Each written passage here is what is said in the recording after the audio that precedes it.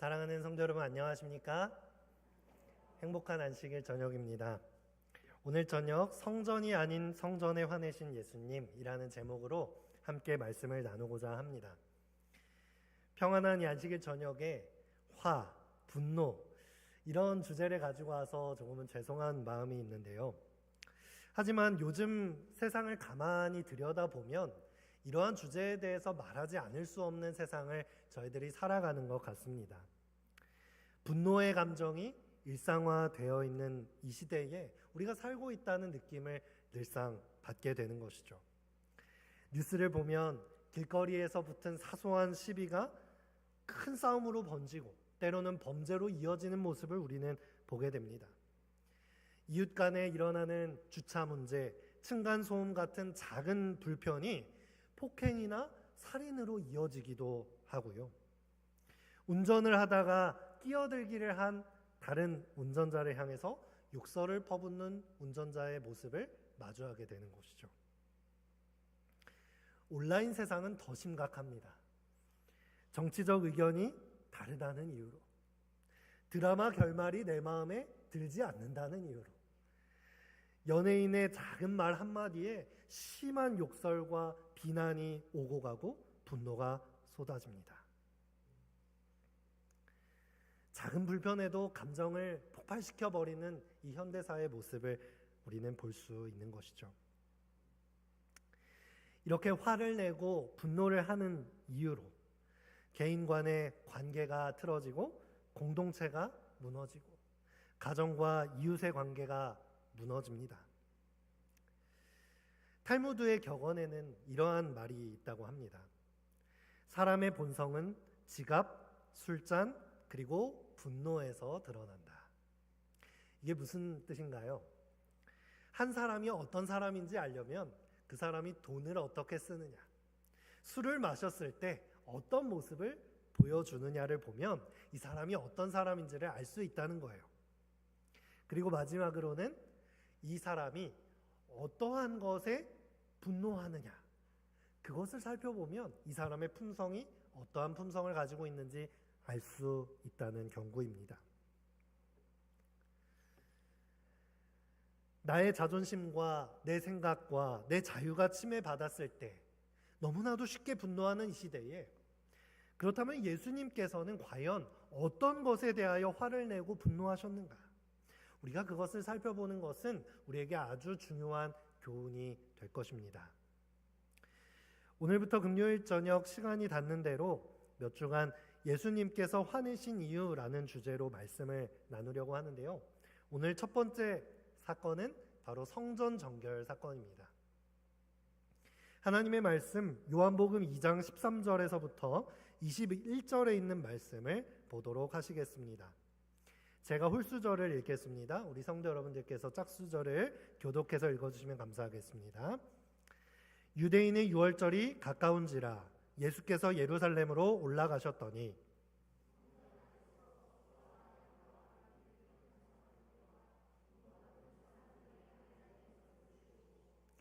노끈으로 채찍을 만드사 양이나 소를 다 성전에서 내쫓으시고 돈 바꾸는 사람들의 돈을 쏟으시며 상을 엎으시고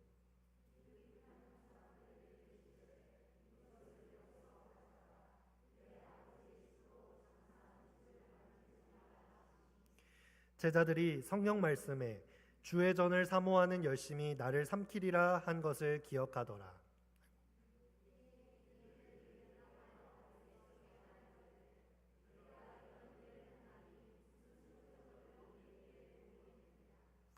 예수께서 대답하여 이르시되 너희가 이 성전을 헐라 내가 사흘 동안에 일으키리라.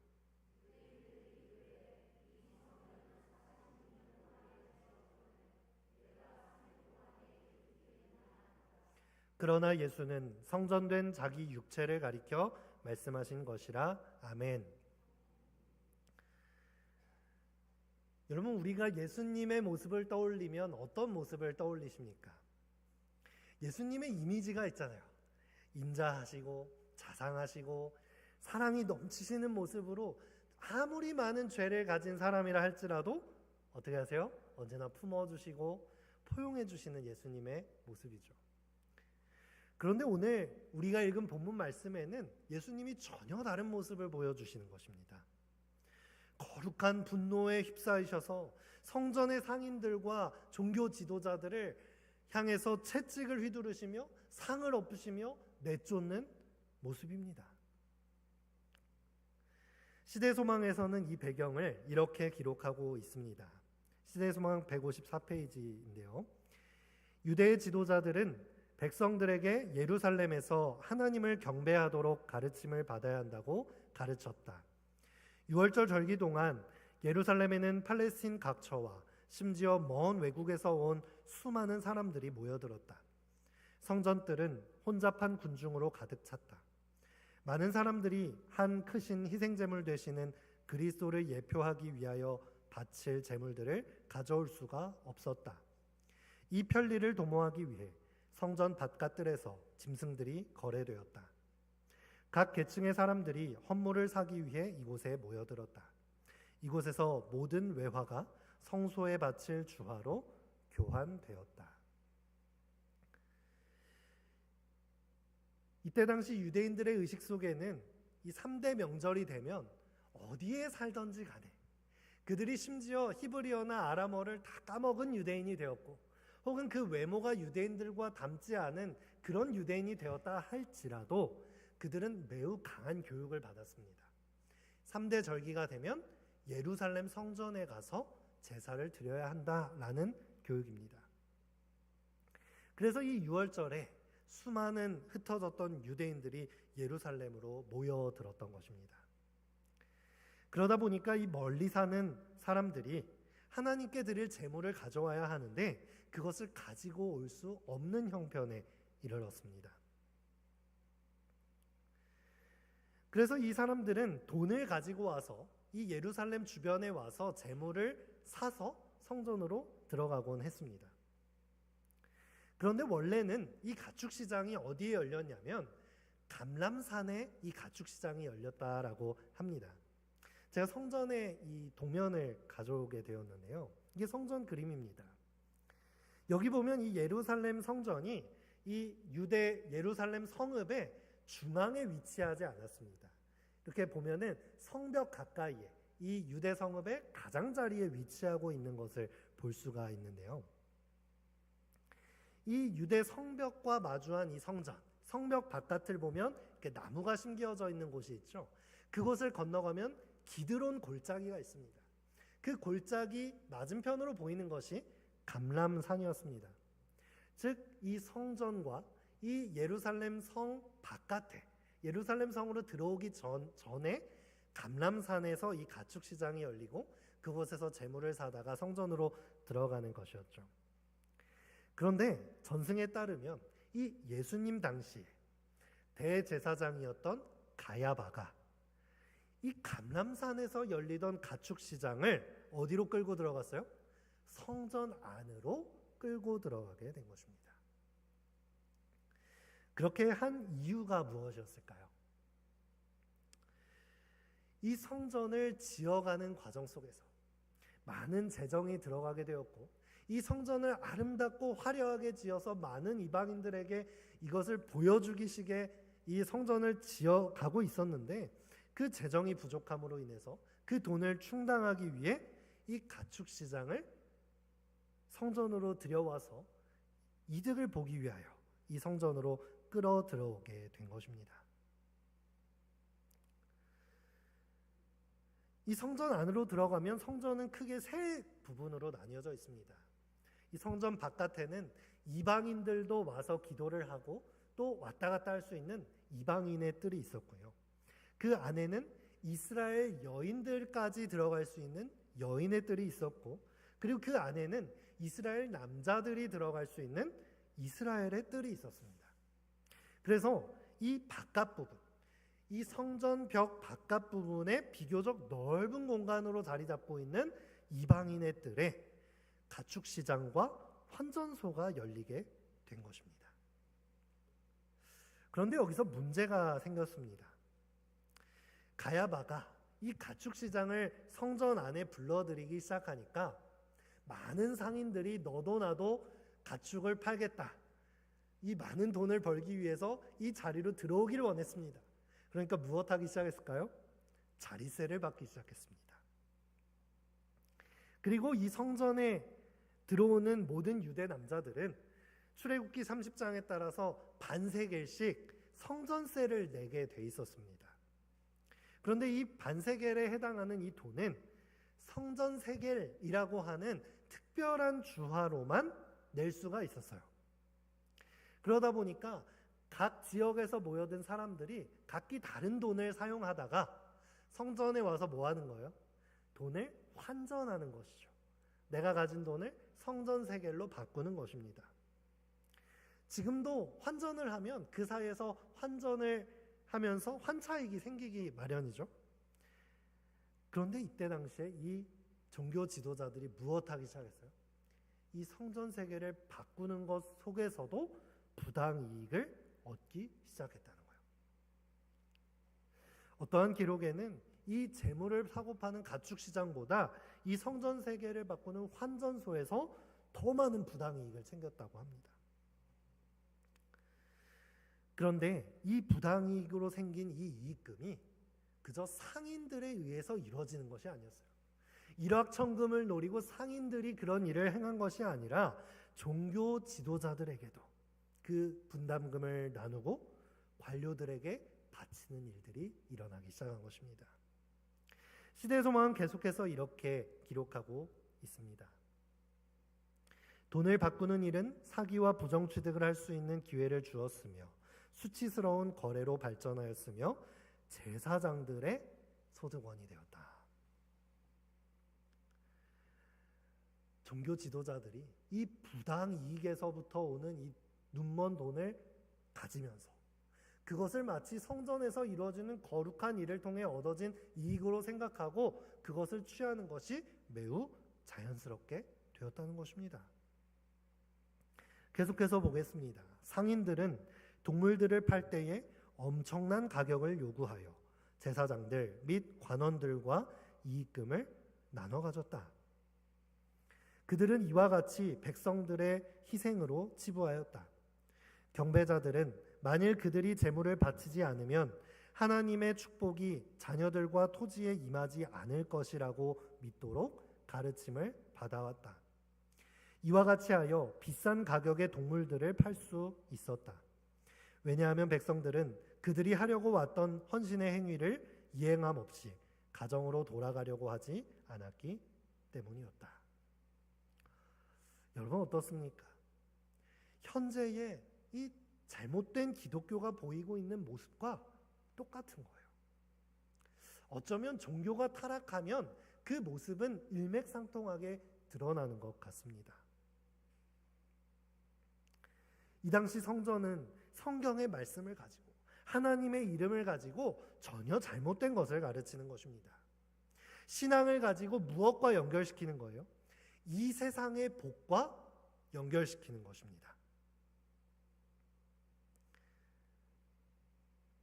너희가 제물을 바쳐야 되는데 이 제물은 예수 그리스도의 사랑과 구원하심을 표상하는 거룩한 제물임에도 불구하고 이 제물을 너희가 안 바치면 무엇한다? 너희 사업도 안 될 거야. 이 제물 안 바치면 너희 자녀도 번창하지 못할 거야. 이렇게 가르치는 거예요. 제가 어느 날 이 4월 초파일이 가까웠던 때에 등산을 갔던 적이 있습니다. 근데 그 산에는 한 큰 사찰이 있었는데 산 초입에서부터 그 사찰까지 연등이 쭉 걸려 있었어요. 그리고 그 연등에는 다 쪽지가 걸려 있는데 어떤 쪽지가 걸려 있을까요? 소원 성취 이렇게 매달려 있는 쪽지들이 달려 있었습니다. 여러분 그 연등에 그 쪽지 하나 다는 것이 다 돈인 거 아시죠? 연등마다 돈을 내서 뭐 하는 거예요? 소원을 성취하고 싶은 사람들의 소망이 담긴 것입니다. 사람들이 어떤 소원을 빌까 쭉 살펴보니까 딱 3가지로 압축할 수 있더라고요. 뭐 세계 평화, 조국 통일 이런 거는 전혀 없습니다. 뭐가 있을까요? 가족 건강. 2번째 뭐요? 사업 번창. 3번째는 자녀 대학. 여러분, 그런데 이러한 소원을 비는 것이 불교에서만 일어나는 것일까요? 수많은 종교가 이러한 사람들이 가진 어떠한 이기심과 세상의 이익을 향한 욕심을 자극하고, 그리고 이 종교에서 그 세상을 향한 욕망을 충족시켜 줄 때 어떻게 합니까? 사람들이 그 종교를 믿고 따르게 되는 것입니다. 그 종교는 부흥하는 거예요. 여러분, 그래서 어쩌면 이 재림교회는 태생적으로 부흥하기가 참 어려운 교회입니다.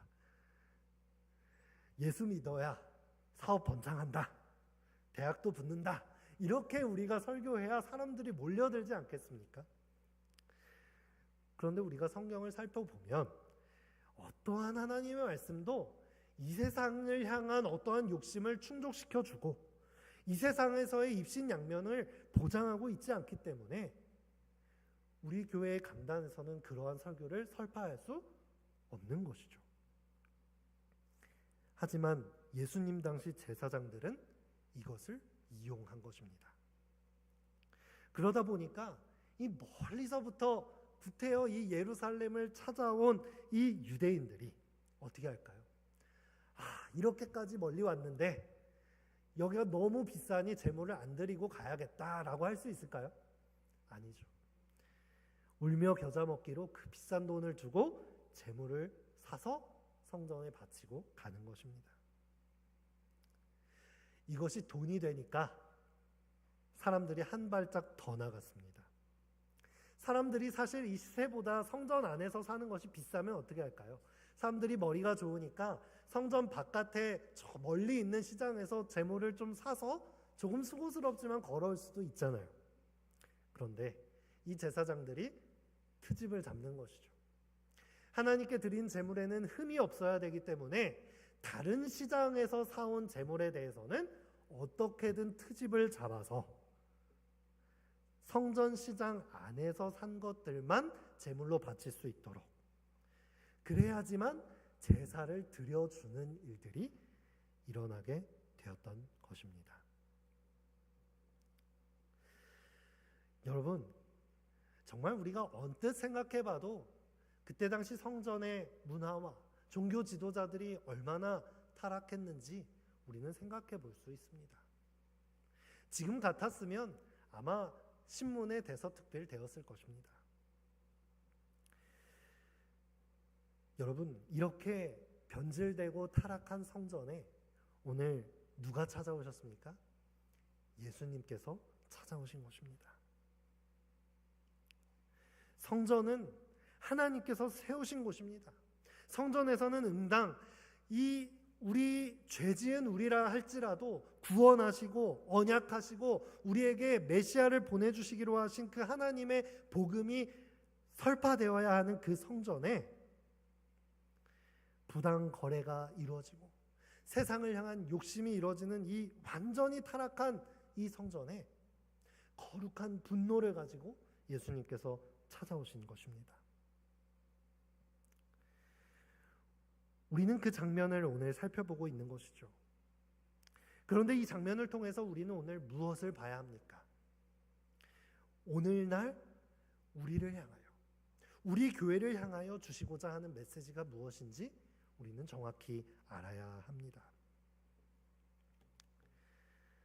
예수님께서 분노하신 이유, 첫 번째는 성전의 기능을 회복하기 위함이었습니다. 예수님께서 이 사람들을 쫓아내시면서 하셨던 말씀이 있어요. 짧지만 아주 강력한 말씀이었습니다. 요한복음 2장 16절에는 타락한 제사장들과 상인들을 쫓아내시면서 내 아버지 집을 장사하는 집을 만들지 말라라고 간결하게 말씀하셨습니다. 분노하심으로 말씀하셨습니다. 하나님의 성전은 장사하는 집이 아니라 아버지의 집이다라고 말씀하시는 것입니다. 장사하는 집과 아버지의 집, 이 둘은 비슷해 보이지만 아주 극명한 차이를 가지고 있어요. 공통점이 있습니다. 공통점은 아버지의 집에서도, 장사하는 집에서도 어떠한 사람들과의 관계가 맺어진다는 것이죠. 아버지의 집에서는 어떤 관계가 맺어질까요? 아버지의 집은 아버지와 자녀가 만나서 관계가 맺어지는 곳입니다. 여러분, 이 아버지의 이름은 아무나 받을 수 있는 호칭이 아닙니다. 우리가 너무 쉽게 아버지 하나님 이렇게 이름을 부르지만 우리가 아버지라고 부를 수 있는 존재는 많지 않습니다.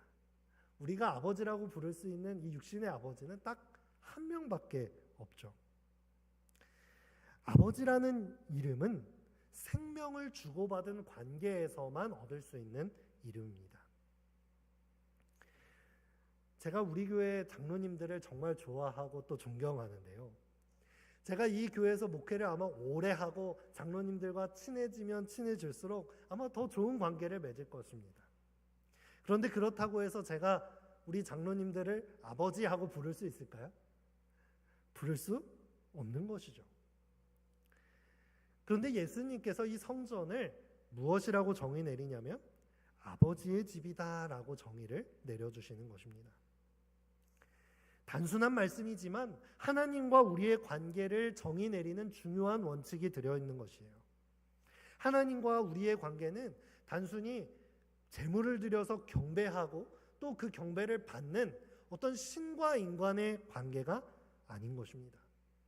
하나님과 우리의 관계는 직접 생명을 우리에게 내어주시고 더 나아가 죄에 빠진 우리의 구원을 위하여 생명을 내어주실 하나님의 이 약속이 담겨있는 관계가 들어있는 것입니다. 창조주 하나님이시며 그 창조하신 생명으로 살아가는 우리의 존재를 고백하는 곳이 선포되는 것이 어디입니까? 바로 성전인 것입니다. 그리고 여러분, 생명으로 맺어진 이 아버지와 자녀의 관계는요, 필연적으로 사랑으로 맺어진 관계여야만 가능합니다. 우리가 생명이라고 하는 것은 돈 준다고 살 수 있는 게 아니에요. 돈을 아무리 많이 낸다고 해서 아버지가 될 수 없는 거예요. 사도행전 17장 25절에서는 이렇게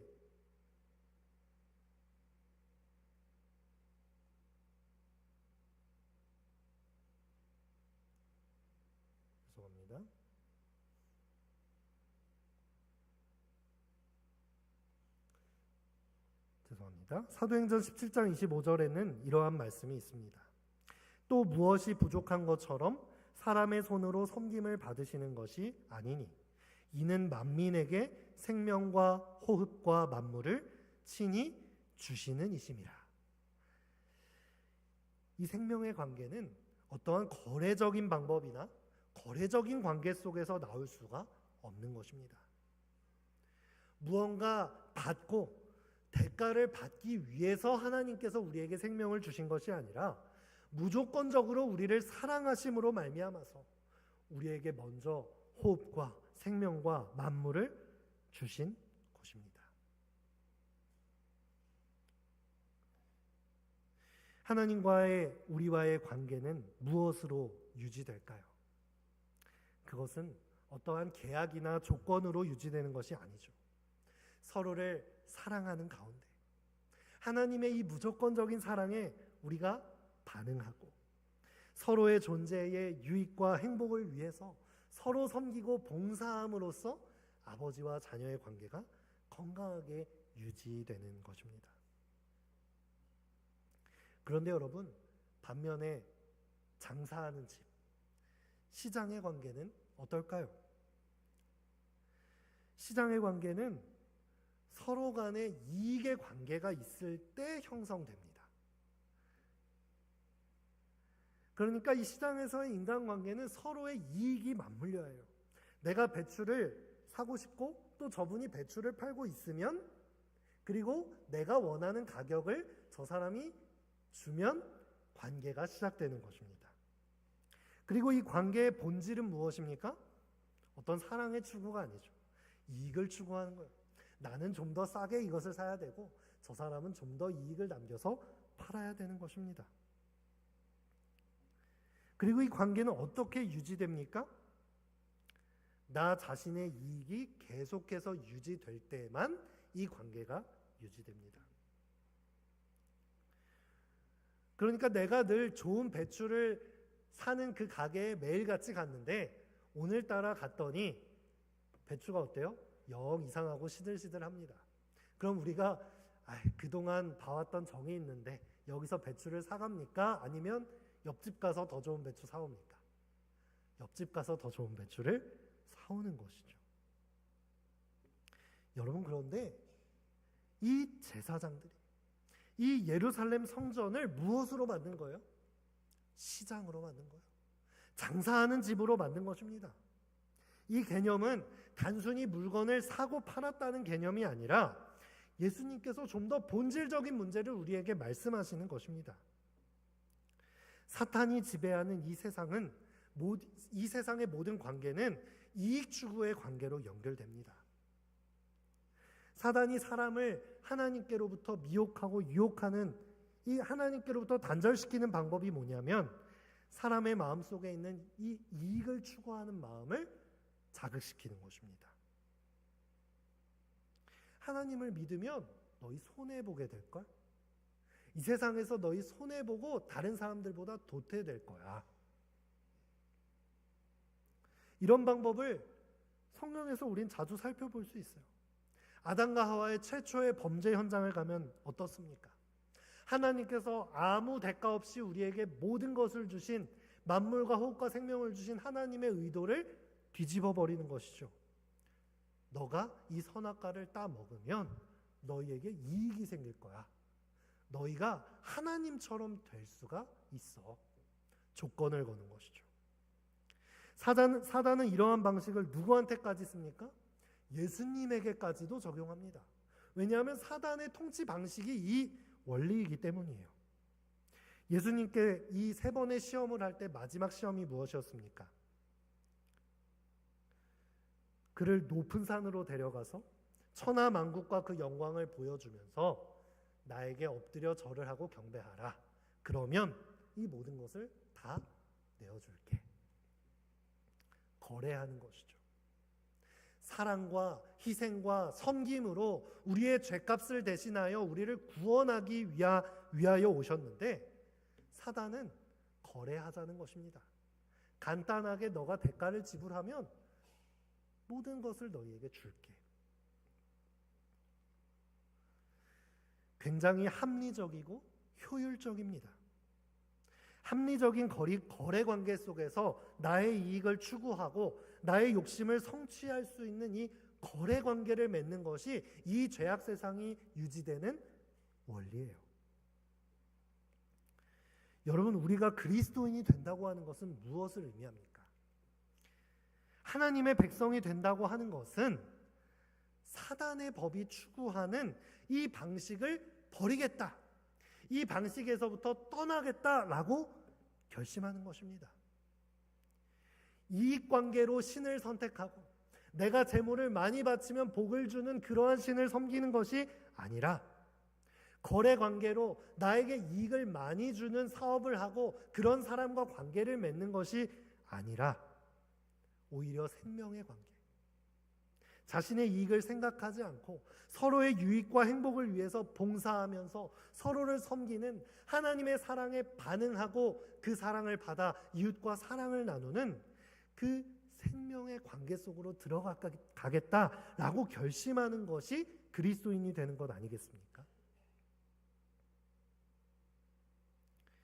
우리에게 생명을 회복시키기 위하여 죽음도 마다하지 않고 이 땅에 오신 하나님의 이 고귀한 희생을 종교 지도자들은 그들의 입에 풀칠하는 한낱 물건으로 전락시켜 버린 것입니다.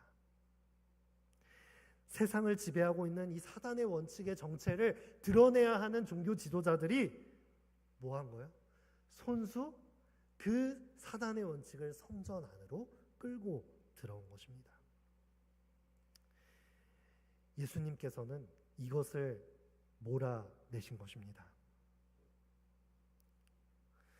사랑하는 성도 여러분, 이 세상은 부모 자식의 관계까지도 상인들의 관계처럼 변해버리고 있는 시대를 살고 있습니다. 그리고 그러한 이 사단의 정신은 교회의 담장을 넘어서 이 교회 안까지도 들어오고 있어요. 우리가 하는 섬김과 봉사에 어떠한 대가가 따르길 원하지는 않습니까? 우리가 하나님께 드리는 헌신과 제물로 인하여 이 세상의 복을 원하고 있지는 않으십니까?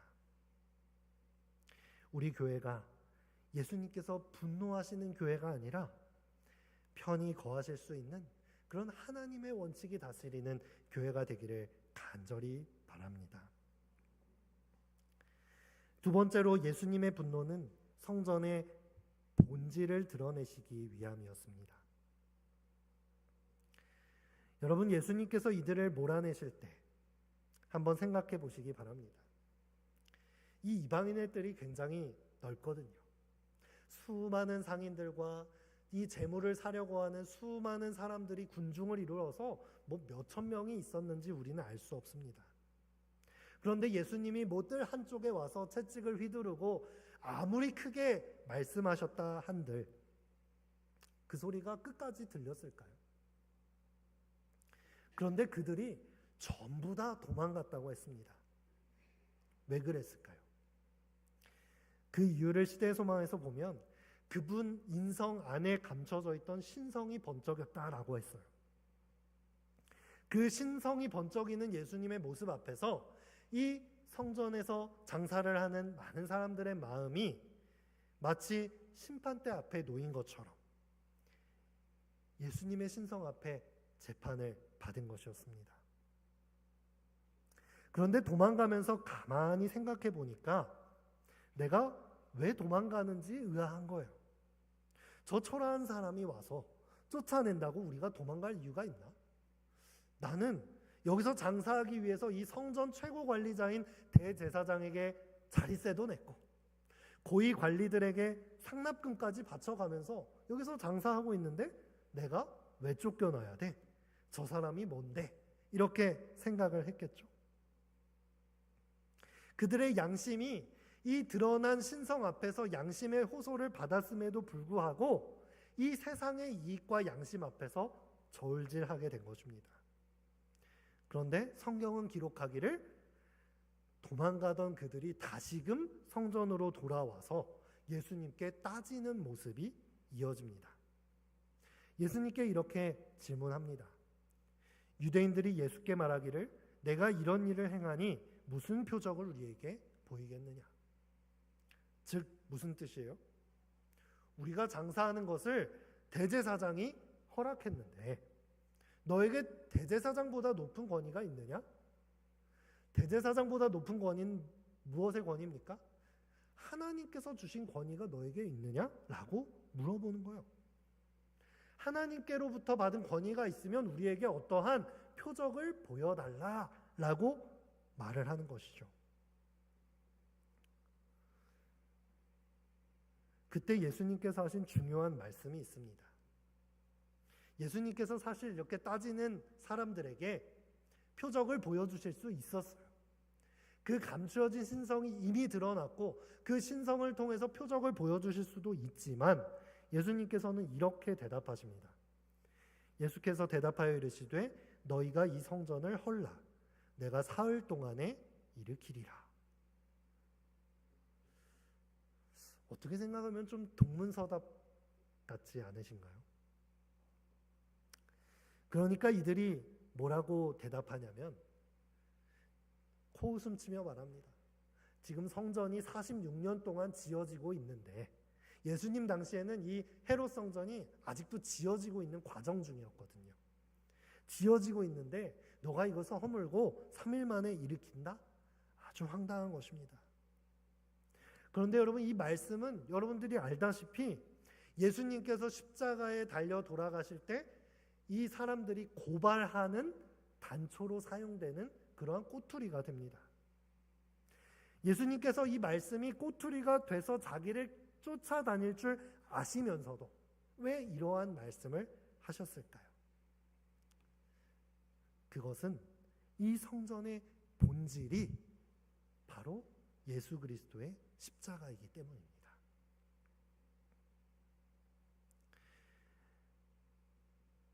이 성전이 아버지의 집입니다.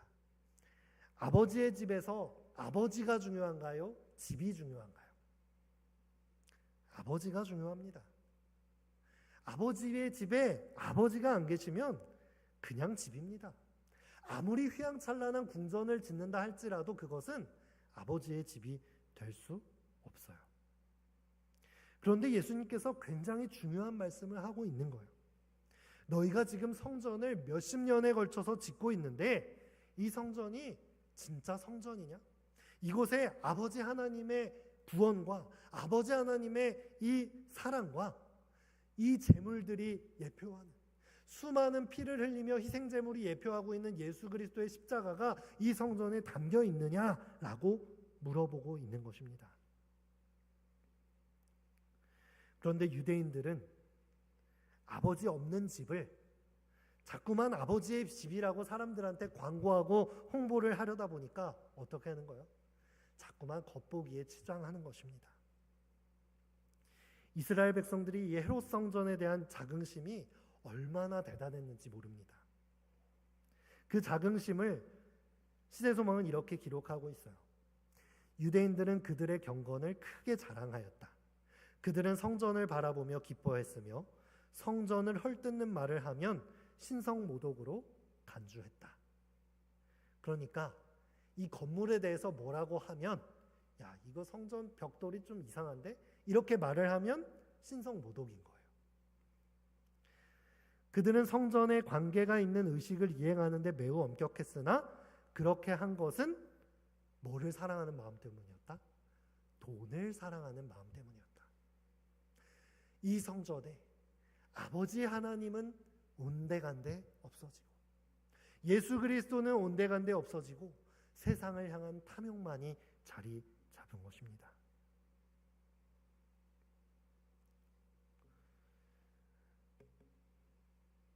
여러분, 본질을 잃어버린 종교는 무엇을 붙들게 되어 있냐면 형식과 껍질만을 붙들게 되어 있습니다. 그래서 어디다가 돈을 쓰느냐? 그 본질을 알리고 선교하는 데 돈을 쓰지 않고 겉을 치장하는 데 돈을 쓰게 됩니다. 그러니까 이 건물을 어떻게 한 거예요? 와, 사람들이 보면 와 소리 나게 지은 것입니다. 하얀 대리석으로 가득 채우고 성벽을 으리으리하게 지어서 마치 이 하늘에 이 석양이 질 때가 되면은 이 예루살렘이 마치 황금 도성처럼 반짝반짝 빛났다고 합니다. 그런데 그 이유가 단 한 가지예요. 제사장들이 돈 벌려고 그랬던 거예요.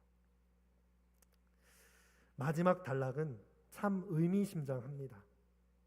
그들은 하나님께서 친히 제정하신 이 의식의 원래의 목적에서 그들이 얼마나 멀리 벗어났는지를 거의 깨닫지 못했다.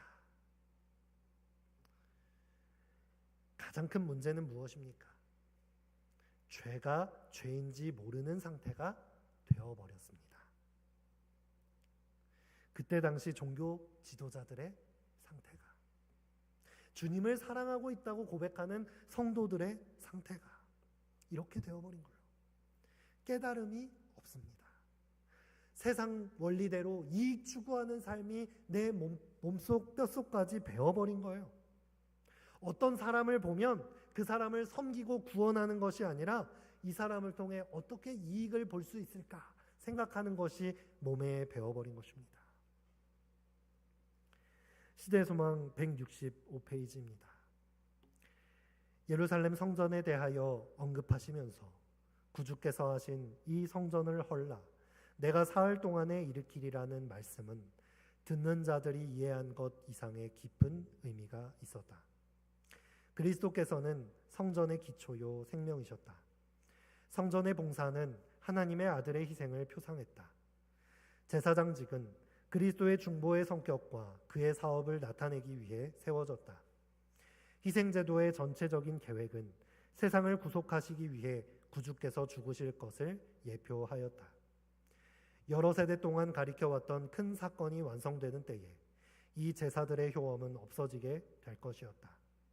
모든 제사 제도가 그리스도를 상징하는 것이었으므로 그리스도를 떠나서는 아무런 가치가 없었다. 아버지 없는 집, 모든 희생제물의 예표가 되는 예수님 없는 집은 아무 가치가 없는 것입니다. 여러분, 우리의 성전은 어떻습니까? 더 나아가 예수 그리스도께서 거하시는 성전인 우리의 마음은 어떻습니까? 우리가 교회 와서 아무리 좋은 프로그램과 아무리 좋은 찬양과 수천 명이 모여들어서 예배를 한다 한들 우리 마음에 아버지가 계시지 않고 예수님이 계시지 않고 온통 세상 이익을 향한 마음과 하나님과 거래하고 있는 마음으로 예배를 하는 마음만 있다면 우리는 아버지 없는 집에서 아버지를 찾는 격이 되는 것입니다. 이 마지막 때에 우리가 회복해야 할 것은 바로 이러한 예배의 본질, 성전의 본질인 것입니다. 사랑하는 성도 여러분, 예루살렘 성전을 정결하게 하신 예수님께서 오늘 안식일 우리 교회와 우리 마음의 성전에 임하시게 되시기를 간절히 바랍니다. 어쩌면 이미 채찍을 들고 우리 가운데 오셨음에도 불구하고 우리는 때로 그것을 외면합니다. 때로는 내 양심에 그것을 음성을 들으면서도 다시 예수님께 와서 따지듯 묻기도 합니다. 하지만 우리가 우리 마음속에 죄로 물든 부정한 죄로부터 완전히 돌아서서 온전히 하나님과 사랑의 관계를 맺는 참된 하나님의 자녀, 참된 성도들이 되시기를 간절히 바랍니다. 이 안식일 참된 정결과 회복을 경험하게 되시기를 바라며 오늘 말씀을 마치겠습니다.